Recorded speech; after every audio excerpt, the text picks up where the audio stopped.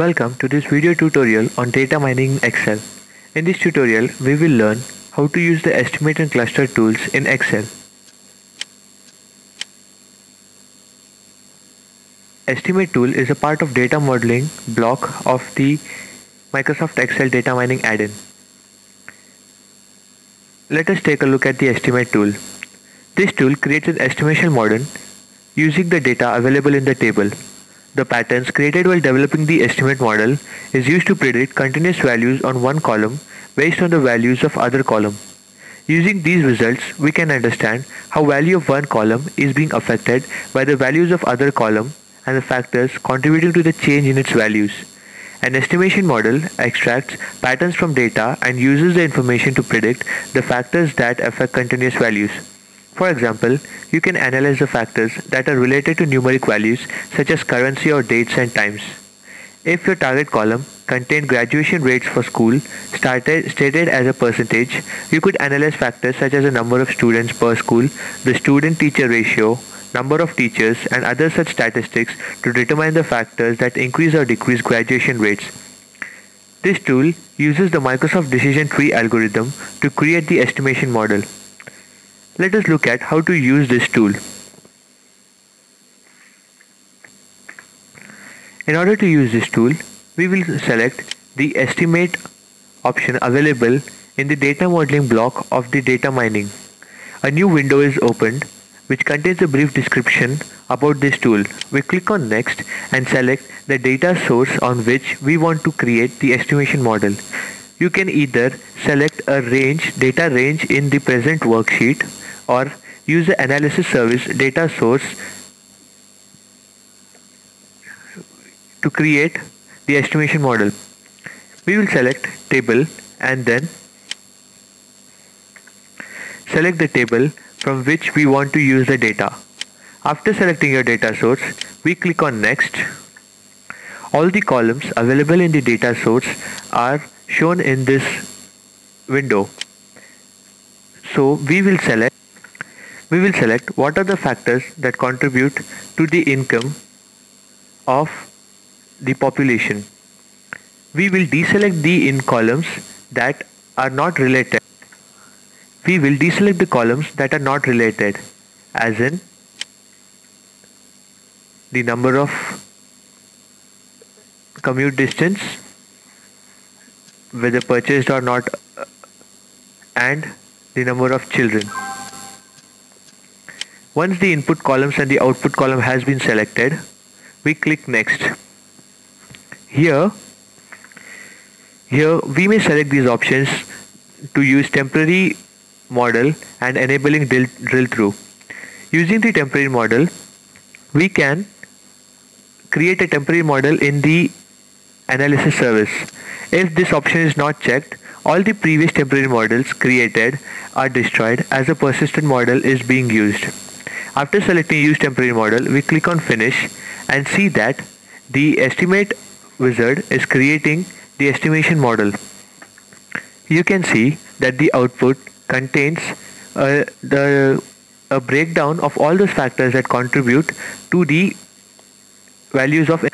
We can see that there are different levels to be viewed.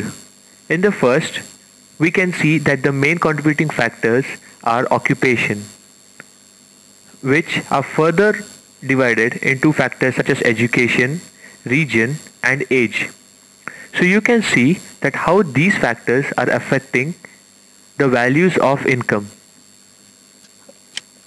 So you can see how we can further view these values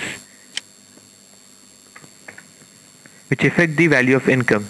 You can see that hovering a cursor over one of these blocks shows us the number of existing cases and the entire income of all the cases. The size of this shows us how much value does this block add to the entire income range, whose sum is shown in this. So you can see how each of these factors contribute to the value of income.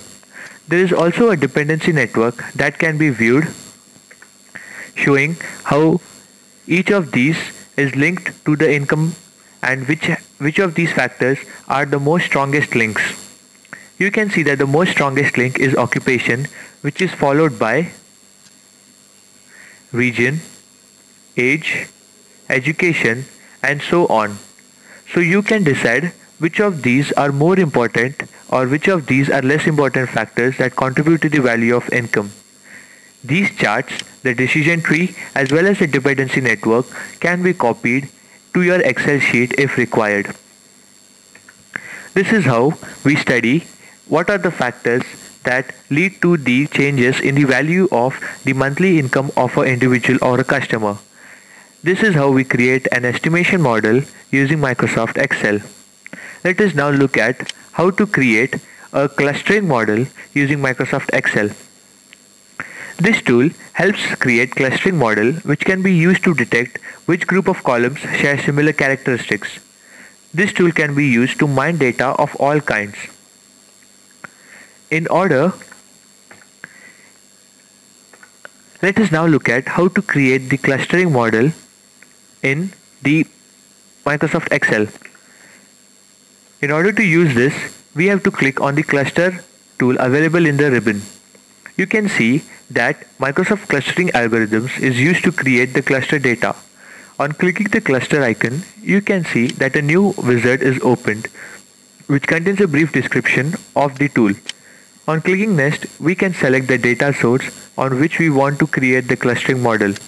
After the data source has been selected, we can click on next to see a list of all the columns that is available in the data source.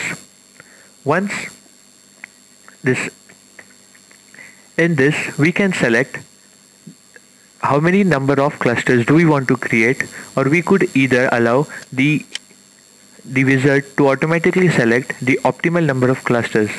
We should select the data to analyze and the columns that are more useful for analysis. We should remove from analysis any columns that do not represent possible patterns such as ID numbers, customer names, and so on. Let us deselect these items and then click on next. Here we select the use temporary model in order to keep safe the previously created temporary models, and then click on finish. You can see that the mining model is being created. Once the model is been created, you can see that the clusters are shown and connected to each other. We can select which of these links we want to view, as in we want to view the strongest links or all the links that are not so strong. Selecting these, we can see how each of them is linked to the other cluster. What we can view here is a shading variable option. The variable used in this is the option that is selected in order to shade the clusters. For example, you can see here that cluster 1 has a population of 157 and hence is a bit darkly shaded than cluster 9, which has a population of only 47. So this is how we can select any of the variables, as in age. What we can see here that cluster 7 has an average age of 44.19, whereas cluster 1 has an average age of 44.19. Only 3% of the people in cluster 1 belong to that group, whereas 100% of the people of that group belong to 44.7 age group. So this is how we can use the clusters. We can also view the cluster profiles, which is a list of all the data used to create the cluster or the characteristics of each cluster, as in how each of these factors, as in when we select cluster 1 and we can see that region is the most influencing factor while creation of the cluster, and the influence of the other factors is as shown by these bars. We can also select a cluster discrimination tab, which shows us which of these factors favors each of the clusters that has been selected. For example, we select cluster 2 and then cluster 1. Then we can see that the income value favors cluster 2 while the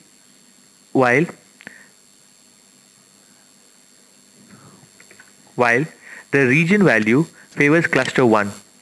This is how we can see what are the bases for creation of the clusters. If required, we can copy any of these outputs to our Excel chart. This concludes our video tutorial on using the Excel data mining add-in for creation of estimate model and the clustering model. Thank you for watching this video.